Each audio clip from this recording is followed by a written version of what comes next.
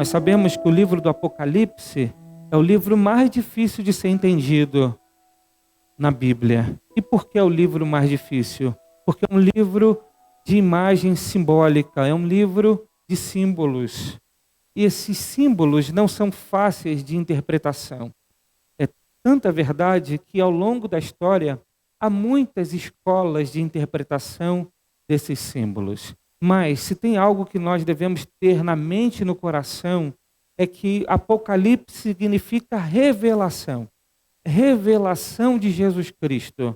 Então o livro não é um livro oculto, um livro em que nós não temos acesso.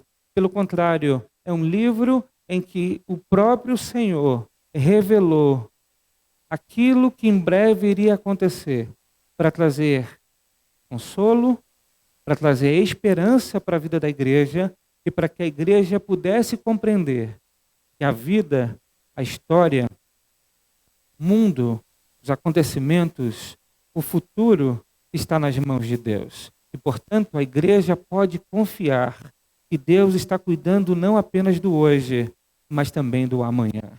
Portanto, o livro do Apocalipse, ele é fundamental para a vida da igreja.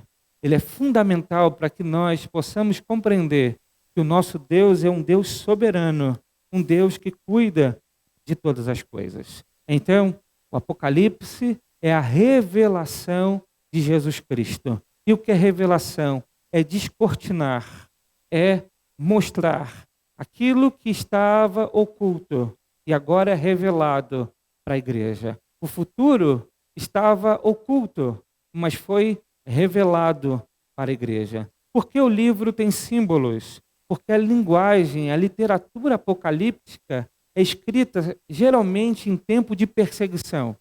Então o livro tem uma mensagem direcionada para a igreja e não para um homem natural que naquele contexto perseguia a igreja. Então o livro tem uma mensagem clara para a igreja e essa mensagem não é revelada para um homem natural, para o mundo, para o inimigo, mas somente para a igreja, porque a igreja teria a condição de revelar, ou melhor, de compreender a revelação. E por quê? Primeiro, porque os símbolos são fundamentados no próprio texto da palavra de Deus. Ele é compreendido a partir da própria Escritura. E segundo, porque é a igreja que tem o Espírito Santo de Deus, que ilumina para a compreensão do texto sagrado. Portanto, o Apocalipse é a revelação de Jesus Cristo. Quem escreveu o Apocalipse? Quem é o autor do Apocalipse? O autor do Apocalipse é o apóstolo João, que estava exilado na ilha de Patmos por conta de uma grande perseguição que aconteceu no final do primeiro século, muito próximo ali do ano 100, na década de 90 do primeiro século. O imperador Domiciano assumiu o império e houve uma perseguição. Então, o autor do livro, apóstolo João. E o livro foi escrito para quem? O livro foi escrito para as igrejas da Ásia, mas não apenas para as igrejas da Ásia. Podemos dizer que o livro do Apocalipse, como toda a palavra de Deus, foi escrito para a igreja de todos os tempos, de todas as épocas. Mas, inicialmente, o livro foi escrito para as igrejas da Ásia. Onde nós encontramos isso? No verso 4 do capítulo 1, que diz assim: João, às 7 igrejas da província da Ásia. Então, logo no início do livro do Apocalipse, o livro já traz para nós a informação de quem é o autor e o destinatário deste livro. Data do livro, como eu disse, por volta do ano 95, 96 depois de Cristo, no período do Império de Domiciano. Outra coisa importante, eu quero rapidamente mostrar para os irmãos que ao longo da história da igreja, várias escolas de interpretação do Apocalipse surgiram. Portanto, o livro do Apocalipse não tem um consenso entre os teólogos, entre os teólogos, entre os maiores teólogos da história da igreja, não há um consenso. Há pelo menos aí algumas escolas de interpretação, e eu preciso dizer isso aos irmãos, porque muito provavelmente os irmãos ouvirão coisas nessa série que talvez os irmãos ouviram de outra forma, em uma outra pregação ou em um outro estudo, porque não há um consenso para interpretação deste livro. E quais são as escolas mais conhecidas de interpretação? A primeira, nós podemos dizer que é a escola futurista. O que a escola futurista defende? Ela defende que a maior parte do livro do Apocalipse traz revelações e profecias que irão acontecer no tempo futuro. Eles entendem que a partir do capítulo 4 até o capítulo 22, Deus traz uma revelação que será aplicada para o futuro, um futuro próximo à volta de Jesus. Então há uma escola futurista, mas há uma outra escola chamada preterista, que é uma escola que eu posso dizer oposta à escola futurista. Por quê?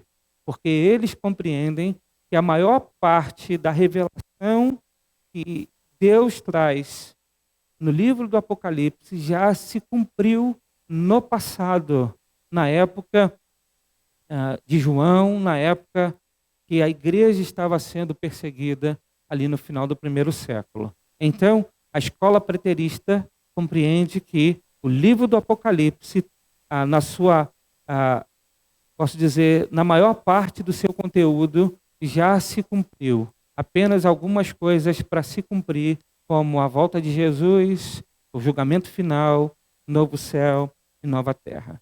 Muito bem. Há uma terceira escola também, que é a escola idealista. O que a escola idealista defende? Ela defende que os símbolos do Apocalipse, eles não estão preocupados de encaixar a revelação num contexto histórico. Ele não está preocupado de encontrar na história quando cada coisa aconteceu. Mas é uma escola que vai espiritualizar os símbolos. Na cabeça dos idealistas, o livro do Apocalipse foi revelado apenas para mostrar a guerra de Deus contra o mal, a guerra da igreja contra o mundo em todas as épocas. Então é uma escola que não se preocupa de tentar encontrar na história os acontecimentos revelados nesse livro. Ainda podemos dizer que é uma escola chamada de continuidade histórica ou historicista. O que essa escola acredita? Ela acredita que o livro do Apocalipse é um conjunto de revelações que tem seu cumprimento desde João até o final da história da igreja. Só que é uma escola que vai adaptando os acontecimentos revelados com as circunstâncias que são vividas. Então é uma escola, por exemplo, que entendia, os mais antigos, que o livro revelava a respeito da queda do Império Romano. Mas na frente, os reformadores, por exemplo, aqueles que defenderam essa escola, vão entender que a besta do Apocalipse era o Papa. Então é uma escola que tenta pegar a revelação do livro e adaptar às suas circunstâncias que a igreja estava vivendo naquele momento. É uma escola que caiu um tanto quanto em desuso. Por quê? Porque os anos se passaram e os acontecimentos históricos foram sendo produzidos em escala e essa escola não conseguiu avançar junto com os acontecimentos. Então é uma escola que praticamente ficou em desuso, mas ainda tem uma quinta escola, que é a escola de formação histórica. É uma escola que a gente poderia dizer que é uma vertente da escola preterista, só que ela tem um método tão diferente que a gente pode dizer que é uma escola à parte. A escola de formação histórica, ela vai entender que a mensagem do Apocalipse não faz nenhum sentido ser quase toda ela para o futuro, porque o próprio texto diz revelação de coisas que em breve iria acontecer. E como traria conforto, esperança para a igreja, se os fatos aqui revelados fossem fatos apenas do futuro? Que esperança traria para João se a palavra que é trazida está sendo direcionada para milhares de anos depois? Portanto, é uma escola que vai olhar para o texto do Apocalipse e vai tentar enxergar que esses acontecimentos se dão desde a vinda de Jesus à volta de Jesus. Então, esses acontecimentos começaram no passado, mas ainda Deus continua realizando estas coisas, e estas coisas se intensificarão no futuro próximo da volta de Cristo Jesus. Muito bem, essas são as escolas de interpretação mais conhecidas, mas também a divergência quanto à teologia do livro de Apocalipse. E aí nós podemos dizer que há algumas vertentes teológicas para o livro do Apocalipse. E os irmãos já devem ter ouvido falar sobre isso. A gente tem o dispensacionalismo. O dispensacionalismo é muito mais do que uma visão escatológica. O dispensacionalismo é um sistema teológico de teologia bíblica e sistemática, podemos dizer assim, que vai compreender como Deus se relaciona com a humanidade desde a criação. A escatologia apenas faz parte desse sistema teológico do dispensacionalismo, e aí aqui eu estou falando do dispensacionalismo clássico. Só para os irmãos terem uma ideia, eles acreditam que o fato dos judeus terem negado ou rejeitado a vinda do Filho de Deus, terem rejeitado Cristo, Deus abriu um parêntese na história e agora começa a tratar com a igreja, mas um dia fechará esse parênteses para continuar lidando com os judeus. Pois bem, dispensacionalismo, ele é pré-milenismo. O que significa isso? Ele acredita que Cristo Jesus voltará para inaugurar um reino terreno que vai durar por 1000 anos. Então, todo dispensacionalista é pré-milenista, mas nem todo pré-milenista é dispensacionalista. E o pré-milenismo acredita exatamente nisso, que Jesus volta antes do milênio. Por isso, pré-milenismo. Existe ainda o pós-milenismo, que é a crença que Cristo volta após esse milênio revelado em Apocalipse capítulo 20. Os pós-milenistas acreditam que o reino de Deus vai crescer, vai se expandir, a pregação do evangelho vai ser expandida por todo mundo, o reino de Deus então cresce de uma forma plena e depois disso Cristo volta. E aí, por último, o amilenismo, que acredita que o milênio não é um milênio literal, mas que corresponde ao tempo da primeira vinda de Cristo, a volta de Jesus, e esse milênio é o tempo da igreja, é o tempo da graça. Cristo reina por meio da igreja. Diferente do pós, o amilenismo não tem uma perspectiva otimista, mas acredita-se que no próximo do fim, o amor de muitos se esfriará. Próximo do fim, haverá muitas coisas que se voltarão contra a igreja e Cristo então voltará. Muito bem. Essas são as visões teológicas. Agora eu quero chamar os irmãos para a divisão do livro. Vamos olhar a divisão do livro. Como é que a gente vai interpretar o livro do Apocalipse? A gente precisa dividir o livro. E a gente vai dividir o livro em 7 sessões. Uma coisa importante. Dentro dessa visão interpretativa que trarei para a igreja, nós não vamos olhar o livro numa sequência cronológica, mas nós vamos olhar para o livro em 7 cenas que se repetirão, e a cada cena que se repete, Deus vai acrescentando mais elementos para a sua revelação. Então, a primeira divisão, a gente pode dizer que é a divisão das 7 igrejas, ou os 7 candelabros, que vai do capítulo 1 ao capítulo 3.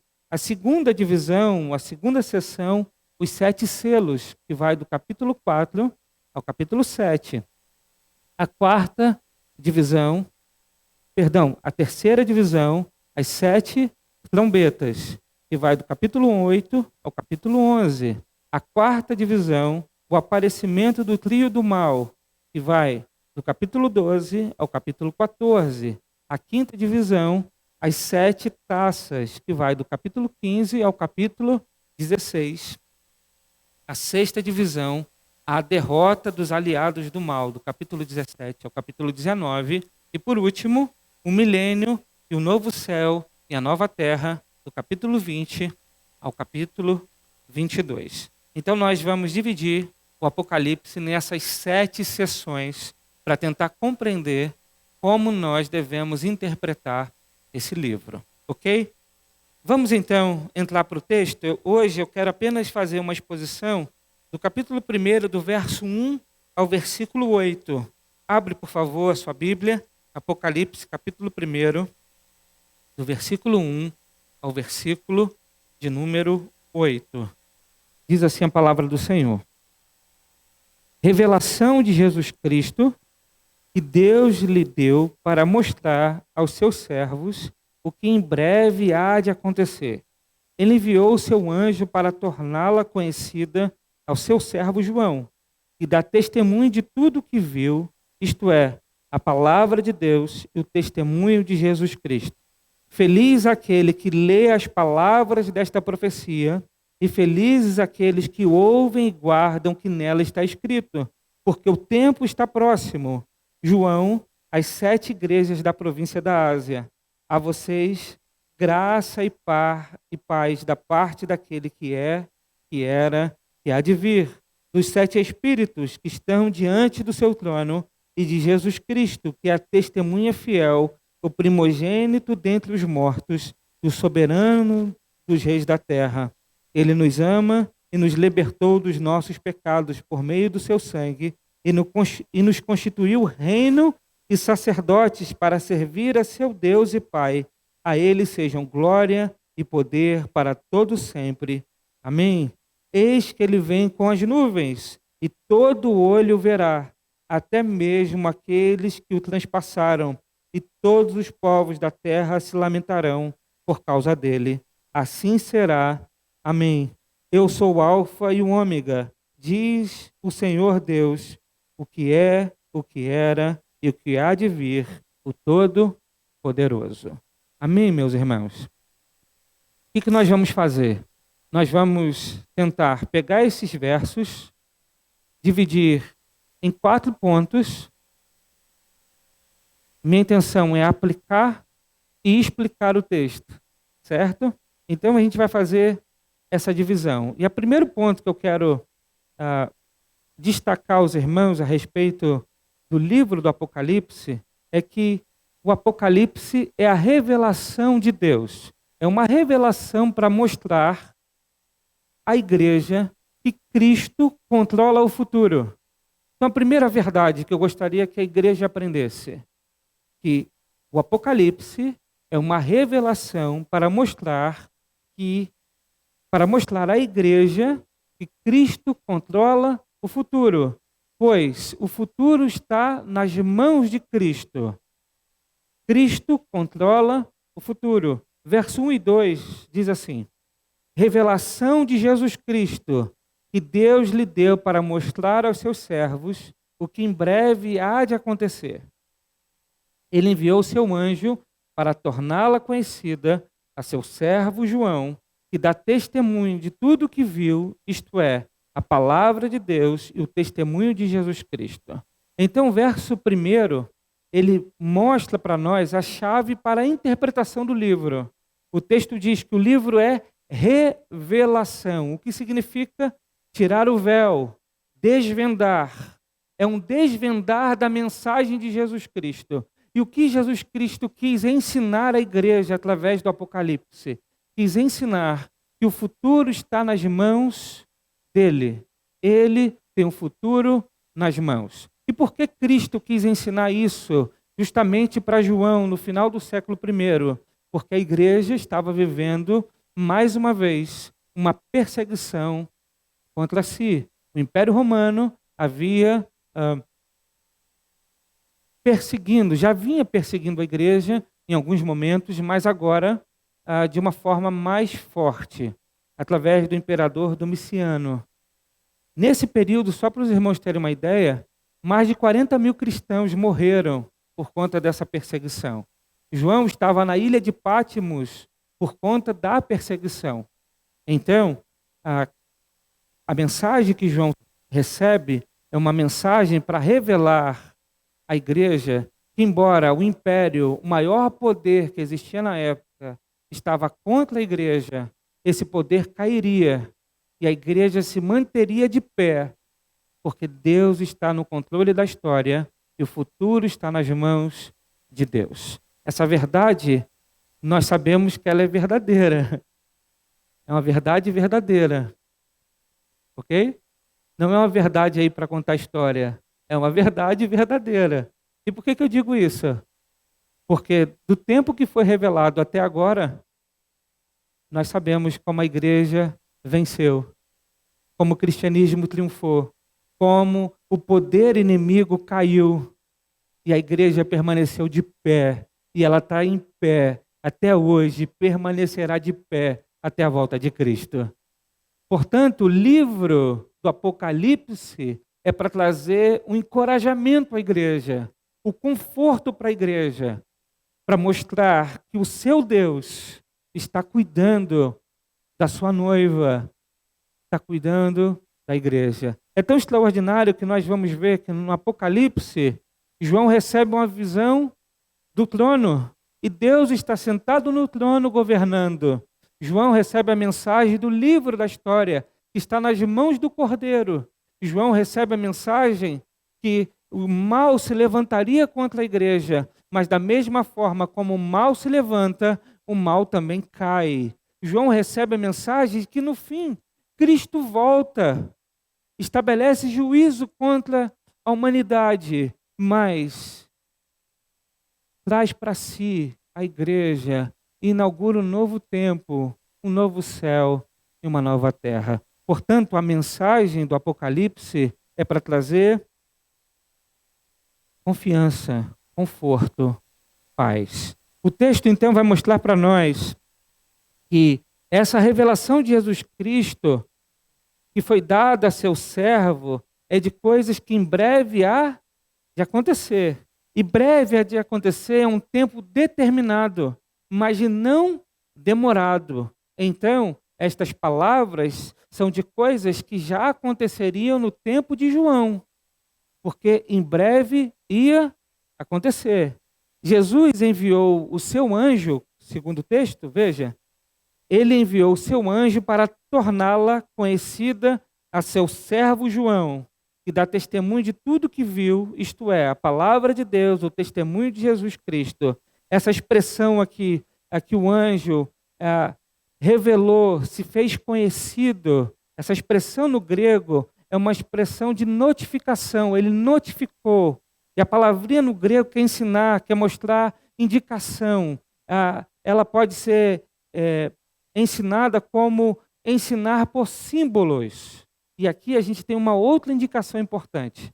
O livro do Apocalipse não pode ser interpretado de forma literal, porque é um livro de símbolos, é um livro com uma linguagem simbólica, é um livro de desenho simbólico, de um ensinamento simbólico. Devemos sempre nos lembrar disso, se de fato desejarmos conhecer a verdade contida no livro. Sua mensagem não vem por uma interpretação literal, mas as palavras precisam ser compreendidas a partir de uma interpretação dos símbolos. O Apocalipse é um livro de desenhos divinos. Portanto, nós precisamos compreender isso. A segunda coisa importante que eu gostaria de aplicar ao coração da igreja, o livro do Apocalipse é uma revelação para trazer esperança para a igreja. O livro do Apocalipse é uma revelação para trazer esperança para a igreja. O verso 3 diz assim: feliz aquele que lê as palavras desta profecia, e feliz aqueles que ouvem e guardam o que nela está escrito, porque o tempo está próximo. Veja, interessante, o texto diz então que feliz é aquele que ouve, feliz é aquele que ouve e guarda essas palavras no coração. Por quê? Porque o tempo está próximo. E uma vez a palavra sendo ouvida e guardada no coração, nós teremos sustento espiritual para enfrentar as dificuldades, as lutas e os problemas que se levantam contra nós.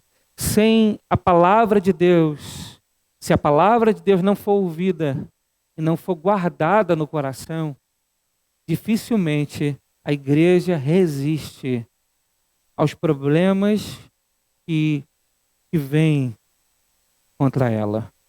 A igreja, ao longo da história, triunfou porque manteve o hábito de ouvir a palavra e de guardar a palavra no coração. Isso é extraordinário. Já parou para pensar por que foi mandado a carta do Apocalipse para 7 igrejas da Ásia? Já parou para pensar nisso? Havia uma estratégia aqui. Essa carta, então, ela é enviada para 7 igrejas que estão em pontos geográficos estratégicos, para que a carta fosse lida não apenas pelas 7, mas por toda a comunidade cristã na época, porque essa palavra era para trazer encorajamento para a igreja da época. Portanto, ela foi mandada para cidades estratégicas, para, posso dizer, para cidades que estavam em pontos estratégicos, em estradas estratégicas, para que então a mensagem do Apocalipse pudesse alcançar os cristãos da época. Por quê? Deus queria mostrar para a igreja que Ele tem o controle das coisas e a igreja deveria ter esperança. Portanto, meus irmãos, 2000 anos se passaram e a gente ainda está vivendo em um contexto que precisamos ter esperança. E aonde nós encontraremos esperança? Na palavra de Deus. Ouvir a palavra de Deus. Guardar a palavra de Deus. Vai nos sustentar.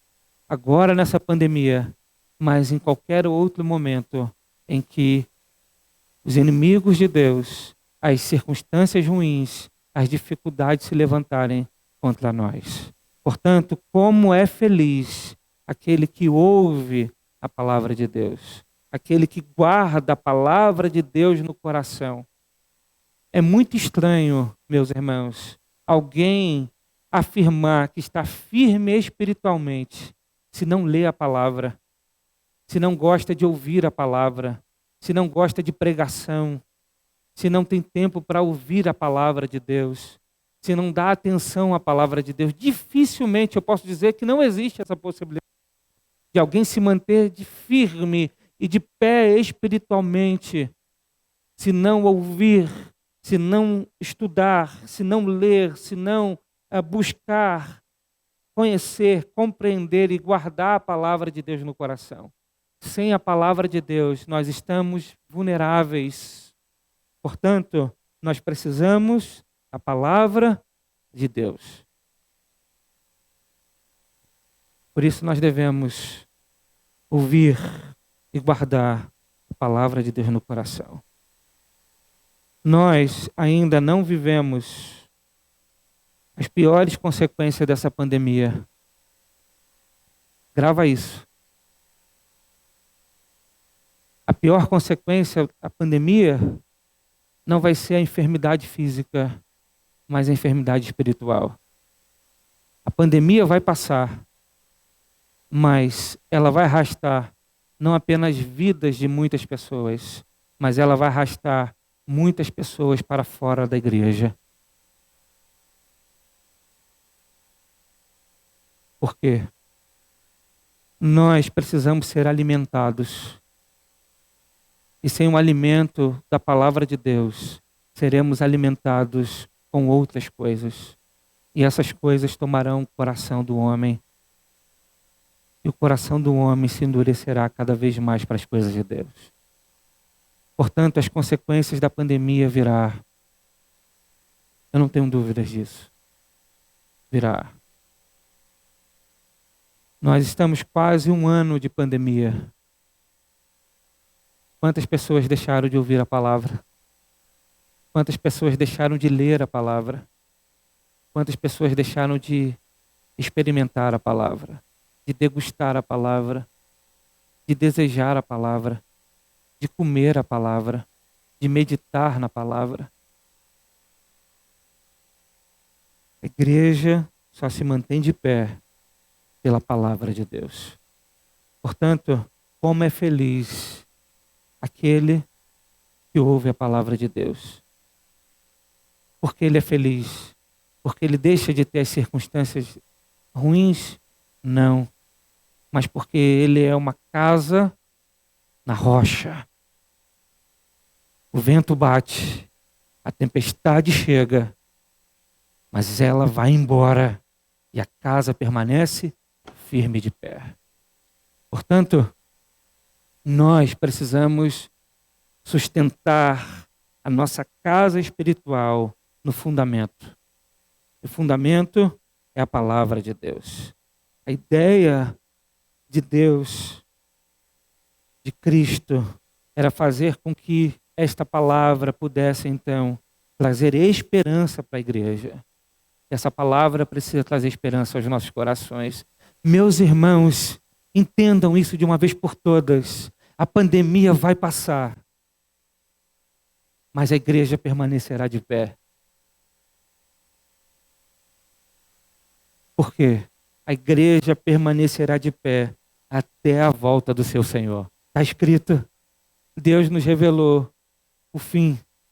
E o fim está revelado para nós no Apocalipse. Mas a terceira verdade é que esta revelação é uma revelação da Trindade. Deus Pai, o Deus Filho, o Deus Espírito Santo nos revelou esta verdade. O verso 4 ao versículo 6 vai dizer assim: João, as 7 igrejas da província da Ásia, a vocês, graça e paz da parte daquele que é, que era e que há de vir, dos 7 Espíritos que estão diante do seu trono e de Jesus Cristo, que é a testemunha fiel, o primogênito dentre os mortos e o soberano dos reis da terra. Ele nos ama e nos libertou dos nossos pecados por meio do seu sangue e nos constituiu reino e sacerdotes para servir a seu Deus e Pai. A ele seja a glória e poder para todo sempre. Amém. Veja que na saudação que João escreve para as igrejas da Ásia, ele resolve saudar a igreja em nome da Trindade. Ele diz assim: a vocês graça e paz da parte daquele que é, que era e que há de vir. O que isso te lembra? Isso nos lembra que o nosso Deus Ele é o grande eu sou. Ele não é apenas que era, Ele é e há de vir. Isso nos lembra a revelação de Deus em Êxodo capítulo 3, verso 14 e 15, que diz: disse Deus a Moisés, eu sou o que sou. É isto que você dirá aos israelitas: eu sou, me enviou a vocês. Disse também Deus a Moisés: diga aos israelitas, o Senhor, o Deus dos seus antepassados, o Deus de Abraão, o Deus de Isaque, o Deus de Jacó, enviou-me a vocês, e este é o meu nome para sempre, nome pelo qual serei lembrado de geração em geração. Então João escolhe saudar a igreja em nome do Deus Pai. Mas não apenas isso, João vai saudar a igreja em nome do Deus Espírito Santo. Ele vai dizer: graça e paz da parte daquele que é, que era e que há de vir, e dos 7 Espíritos que estão diante do seu trono. E todas as vezes que o Apocalipse falar de 7 Espíritos, ele está se referindo ao Espírito Santo de Deus. Isaías capítulo 11, verso 2 vai dizer: repousará sobre ele o Espírito do Senhor, o Espírito da sabedoria, o Espírito de entendimento, o Espírito do conselho, o Espírito da fortaleza, o Espírito do conhecimento, o Espírito do temor do Senhor. Os 7 Espíritos do Apocalipse é a representação simbólica do Espírito Santo. Então João vai saudar a igreja em nome do Pai, em nome do Espírito Santo, mas também em nome do Deus Filho. Ele vai dizer, e de Jesus Cristo, que é a testemunha fiel, o primogênito dentre os mortos e o soberano dos reis da terra. Ele que nos ama e nos libertou dos nossos pecados por meio do seu sangue e nos constituiu reino e sacerdotes para servir a seu Deus e Pai. A ele seja a glória e o poder para todo sempre. Amém. Veja que diante do Deus Trino, da saudação, João vai adorar a Deus. Aqui é uma doxologia na saudação. Ele adora o Deus triuno. Ele adora o Deus Pai, o Deus Filho, o Deus Espírito Santo. E é interessante que ele vai dizer que Jesus é a testemunha fiel. Esse ponto é importante. E por que Jesus é a testemunha fiel? Primeiro, porque Cristo veio ao mundo para ser a revelação exata de Deus. Ele é aquele que testemunha do verdadeiro Deus. E ele é uma testemunha fiel, porque obedeceu perfeitamente a Deus em nosso lugar. Portanto, conhecer de Deus, conhecer a respeito do Criador, daquele que é inacessível, só é possível por meio de Cristo, porque é Ele que testemunha de forma fiel do próprio Deus. Portanto, Ele é a testemunha fiel, mas o texto diz que Ele é o primogênito dentre os mortos, o que significa que Cristo foi o primeiro a ressuscitar para nunca mais morrer. Cristo morreu na cruz e ao terceiro dia ressuscitou. E a Bíblia diz que vivo Ele está. Ele ascendeu aos céus, assentou-se à direita do Pai e lá governa sobre todas as coisas e um dia voltará para buscar a igreja. Portanto, Ele é o primeiro dentre os mortos. O que significa? Que aqueles que estão em Cristo também vencerão a morte por causa de Jesus. Ele é o primogênito dentre os mortos. Mas ainda, o texto diz que Ele é o soberano dos reis da terra. Veja que interessante. O texto diz que Cristo é soberano dos reis da terra. Ou seja, se o imperador se julgava soberano sobre as pessoas daquele tempo, o que Cristo está dizendo é que acima do imperador está o Rei dos Reis, o Senhor dos Senhores. Portanto, o que João está dizendo para a igreja, que esta mensagem é do Deus triuno, essa mensagem é do Pai, é do Espírito Santo e é do Filho, e esse Filho é a testemunha fiel. Portanto, igreja, confie no testemunho de Jesus. Essa mensagem é importante para aquele tempo e para nós. Não adianta a gente abrir o Apocalipse, ler o que o Apocalipse nos diz, se nós não confiarmos de todo o nosso coração. Confie, porque Ele é testemunha fiel. A segunda coisa que ele diz sobre Cristo, importante, que Ele é o primogênito dentre os mortos, ou seja, Ele venceu a morte. E nele nós encontraremos vitória. Portanto, é importante a igreja entender isso, que Cristo venceu a morte e vivo está. E a terceira coisa, embora nós estejamos debaixo de dominadores, de senhores, de soberanos, de governantes, de reis, todos esses estão abaixo do soberano da terra, do Rei dos Reis e do Senhor dos Senhores. O que Jesus quer revelar com isso é, igreja, o imperador acha que é um Deus, mas ele não sabe que no tempo certo ele vai cair, porque só existe um soberano sobre a terra, e esse é Cristo Jesus. Muito bem, João então começa a adorar a Deus, ele faz uma doxologia. Ele diz, Ele que nos ama e nos libertou dos nossos pecados por meio do seu sangue e nos constituiu reino e sacerdotes para servir a Deus e Pai. A Ele sejam glória, poder para todo sempre. Amém. Nessa doxologia, meus irmãos, vamos aprender o porquê devemos adorar a Deus. O porquê devemos adorar a Cristo. Por que nós devemos adorar a Cristo? A resposta é, primeiro, porque Ele nos ama. Porque nós devemos adorar a Jesus. Primeiro, porque Ele nos ama. E Ele provou o seu amor vindo ao mundo. Ele provou o seu amor quando morreu sacrificialmente em nosso lugar. Cristo nos ama. A segunda coisa, porque nós devemos adorar a Deus. Porque Ele nos libertou dos nossos pecados. Porque nós devemos adorar a Deus. Porque em Cristo nós encontramos libertação. Em Cristo nós encontramos liberdade. Em Cristo nós somos livres do pecado e de suas consequências. Mas em terceiro lugar, porque Ele nos constituiu reino e sacerdotes para servir a Deus. Olha que interessante isso. O texto está sendo escrito para a igreja do primeiro século. E Jesus está dizendo o seguinte: vocês são o meu reino. Vocês são os meus sacerdotes. Você reconhece essa linguagem de reino e sacerdote? É uma linguagem da antiga aliança. É uma linguagem do Antigo Testamento. Êxodo capítulo 19, versos 5 a 6 diz assim: agora, se obedecerem fielmente e guardarem a minha aliança, vocês serão o meu tesouro pessoal dentre todas as nações.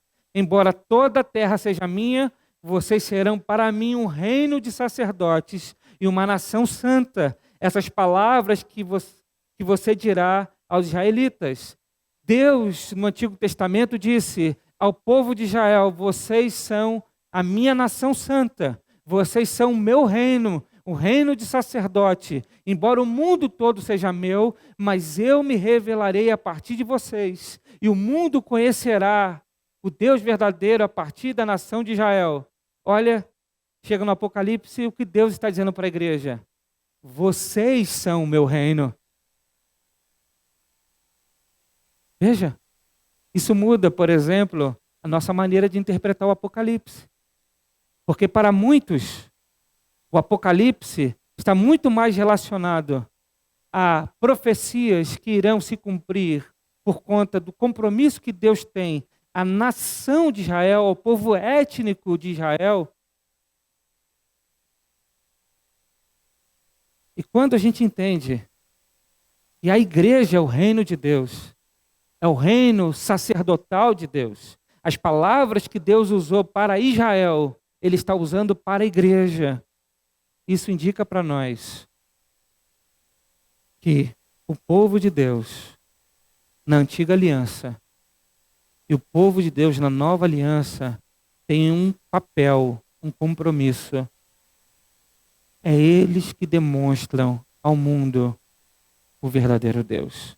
Porque eles são o reino e os sacerdotes. Isso nos ensina uma doutrina importante. O sacerdócio de todo crente. Perceba? A igreja não é uma comunidade em que há um sacerdote, em que esse sacerdote sacrifica em prol do povo. Na antiga aliança era assim. Só que o último sacerdote desta forma foi Cristo. E ele sacrificou-se, porque ele não era apenas o sacerdote, mas o sacrifício, para fazer com que nós, todos nós, nos tornássemos sacerdotes de Deus. Portanto, a minha responsabilidade como sacerdote de Deus é a mesma responsabilidade que você tem como sacerdote de Deus. Já parou para pensar nisso? A responsabilidade que o sacerdote religioso tem, porque nós somos chamados assim, não é verdade? Se a gente vai fazer um casamento com religioso, com civil com fins religiosos, nós somos chamados de sacerdote. Mas todo crente é um sacerdote. E todo crente nós temos responsabilidades diante do Senhor e diante de Deus. Portanto, você é um sacerdote do Senhor. Porque você é o reino de Deus. Você é o reino e você é o sacerdote. Portanto, você tem um compromisso que às vezes você nem imagina. Era para saber. E era para viver em prol disso. Portanto, nós devemos adorar a Deus porque Ele nos ama, porque Ele nos libertou dos nossos pecados e nos constituiu reino e sacerdote para servir a Deus. Em último lugar, a revelação do Apocalipse, ela é uma revelação do fim. Mas não apenas do fim, ela também é do início. Porque o texto vai dizer, versos 7 e 8, eis que ele vem com as nuvens e todo olho verá, até mesmo aqueles que os transpassaram, e todos os povos da terra se lamentarão por causa dele. Assim será. Amém. Eu sou o Alfa e o Ômega, diz o Senhor Deus, o que é, o que era, o que há de vir, o Todo-Poderoso. O texto, então, traz uma revelação para nós da volta de Jesus. João vai finalizar essa introdução ao livro falando da volta de Cristo. Ele vê Cristo voltando. E qual é a imagem que ele traz aqui para nós? É a imagem de Cristo voltando da maneira que ele subiu diante dos olhos das pessoas. O texto diz que ele voltará e todo olho verá. Todos os povos da terra se lamentarão por causa dele. E por que todos os povos da terra se lamentarão por causa dele? Porque quem é que acredita que Cristo vai voltar? Apenas a igreja. Não é verdade? Quem é que acredita? Mas quando Cristo aparecer nas nuvens, as pessoas dirão, era verdade. Só que quando elas dirão, era verdade, já é tarde. Portanto, essa ideia, e aí vamos desconstruindo algumas coisas, essa ideia que Cristo volta e faz um arrebatamento invisível, e as pessoas vão ficar aqui tendo a oportunidade de se converter e de se voltar para Deus, isso não tem base bíblica. Quando Cristo voltar, as nações se lamentarão, porque Cristo voltará como ladrão para aqueles que não esperam. E quem é aquele que fica feliz quando um ladrão chega? Ninguém fica feliz. Por que Cristo volta como ladrão para aqueles que não esperam? Imagina, você está na sua casa, distraído, vendo um filme, comendo uma pipoca, se preparando ali para dormir, e de repente alguém pula o muro da sua casa.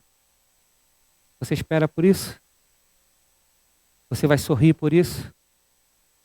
Não. Portanto, as nações lamentarão a volta de Cristo. Porque quando Cristo voltar, ele volta para sua noiva, para sua igreja. Ele não volta para o mundo. Mas o texto ainda vai dizer que ele é o Alfa, o Ômega. Ou seja, as duas letras do alfabeto grego, a primeira e a última, significa que ele é o primeiro, ele é o início e ele é o fim. Ele é o Criador e o Consumador de todas as coisas. Portanto, o Apocalipse é uma revelação de que a história está nas mãos de Deus e o fim se dará quando Cristo voltar. Portanto, o fim está nas mãos do Senhor. Que possamos descansar nessa verdade, que possamos crer nessa verdade, que possamos encher o nosso coração de esperança nessa verdade. Na próxima semana a gente vai dar sequência ao texto no verso 9 ao versículo de número 20. E nós vamos tentar decifrar esses símbolos para tentar entender o quadro que João pinta a respeito de Cristo. E a nossa proposta, então, é, quando terminar cada capítulo, fazer uma nova leitura sem os símbolos, para tentar entender a mensagem de cada capítulo e aquilo que Deus está nos orientando a respeito de cada capítulo.